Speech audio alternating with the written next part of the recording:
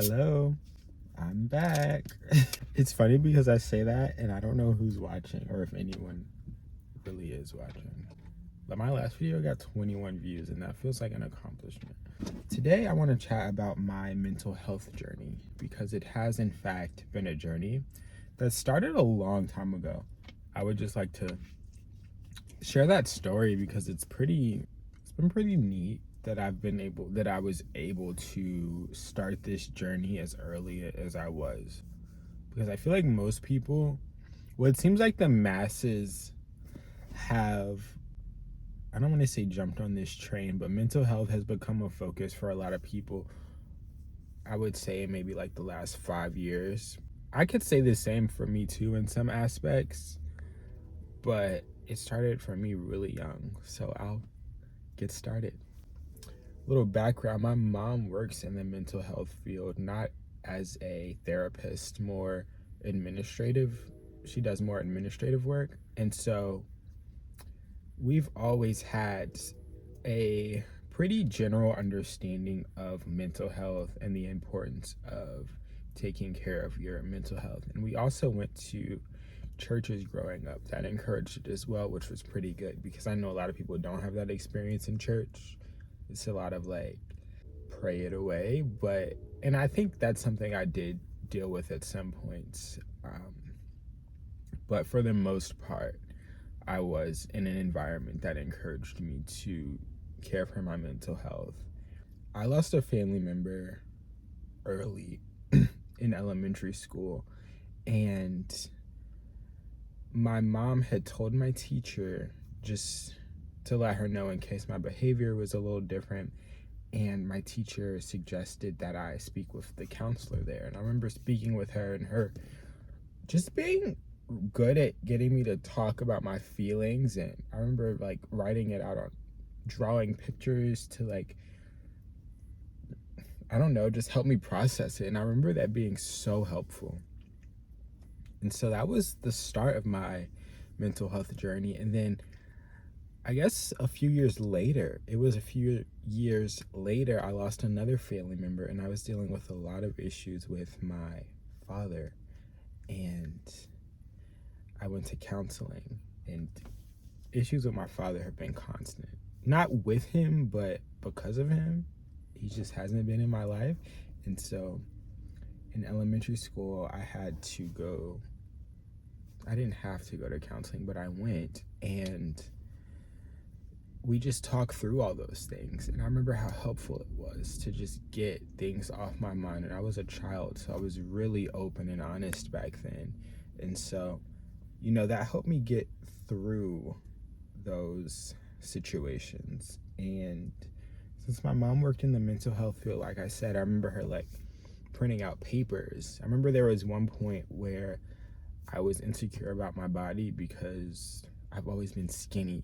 And for whatever reason, people have always made comments about it. And I didn't like that growing up because they made me feel bad about being skinny. It's like, oh, do you eat? And, just ignorant things. And so that was hard at some points. And I remember my mom printing out resources and stories of other people going through similar things and that being really helpful. My mental health took a decline. I remember my senior year of high school, I had these bad chest pains and I was getting headaches. And I remember there was one point where we were in PE class and I could, like, every time I took a step, my chest hurt. And so my mom emailed my teacher and was like, hey, he's not feeling well. If he can't like perform in PE, just like excuse him or whatever. I don't know what the email said. I'm just assuming that's how it went. She told me she emailed him. And so I went back to counseling during that time just to talk about what was going on. I think that was just a point where I was going through a lot of changes and, becoming, I was a teenager, so I'm, aging and just going through all those things, and we were moving. So I went to counseling for that, and this was a point where I believe I went through depression. Like, I did not enjoy anything. I didn't want to talk. I didn't want to laugh, didn't want to smile. And my mom's like, okay, something's going on. And it was rough. It was really rough. And I think this could have been handled a lot better, but my mom did the best she could with what she knew, and I'm thankful for that. I'm thankful that I was at least able to go and chat with someone. And growing up in school, I just never liked school. I was bullied. I was never studious. I wasn't good at school. And so I just and then I'm dealing with, not having a father in my life, and there was just a lot, and there's more that I would love to go into details about at some point, but I'm on the internet and this just feels so real to me, so I'm like, I just need to keep it a little simple for now, and later on I'll get more detailed. But yeah, that was my first time going through that depression, and that happened a few times throughout high school. High school was just rough. Chest pains kept going on. That was just a constant, and it'd be really bad at church. I was an usher at church, and so I would always get chest pains. I think just the social anxiety of it. I had a lot of social anxiety, and I think that could have been handled a lot better too. I really think therapy would have been beneficial, specifically for social anxiety, because it was just so bad back then. And yeah, in social situations, I was just not okay, ever. And so I didn't go back to counseling again. Well, I'll backtrack. I did not do well in high school. Was bullied, did not feel like I fit in anywhere, did not have, I had friends, but I don't think we were that close in high school. Like, I didn't have like best friends. I would have said I did, but I didn't have anyone that I had best friends, but I wasn't like open and honest with anyone. I'll say that. I had great friends, and I was the only child. Again, single parent home. There was just a lot going on during that time, and so throughout high school I was just roughing it for most of the time. And then my senior year, I finally told my mom I need to go to therapy. She's like, okay. And so I went, and we talked through some things, and I don't know why. I never asked why, because but I went to therapy for a little bit my senior year of high school, but then it stopped. And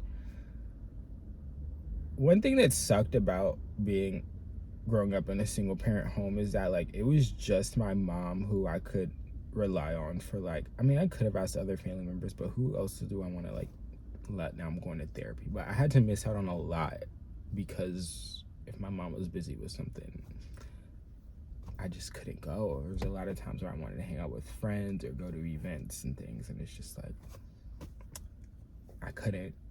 So I think that that's probably the reason why I didn't continue going to therapy, is because my mom didn't want to keep taking off of work, and I don't know if she was paying out of pocket. I never asked, but I stopped going, and that sucked.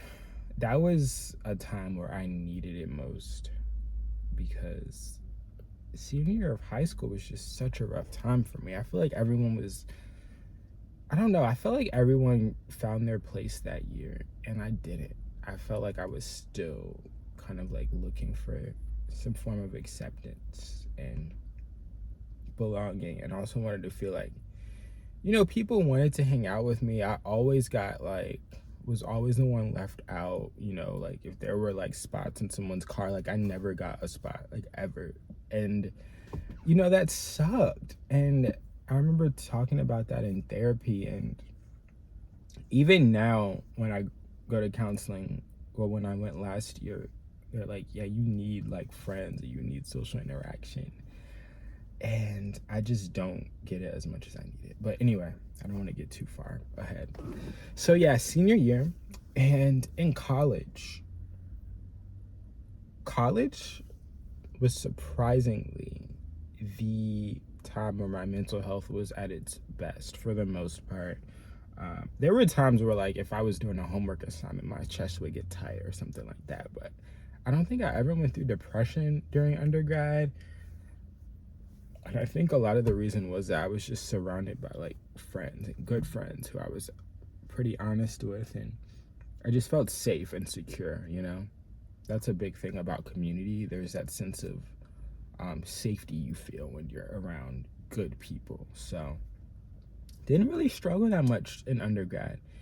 However, grad school happened, and nothing in my life went as planned at this point. And so there was a point where I couldn't eat, I couldn't sleep. I was working a job that I did not like. I didn't have a car. And you know, I'm away from family in my college town, and I was just miserable.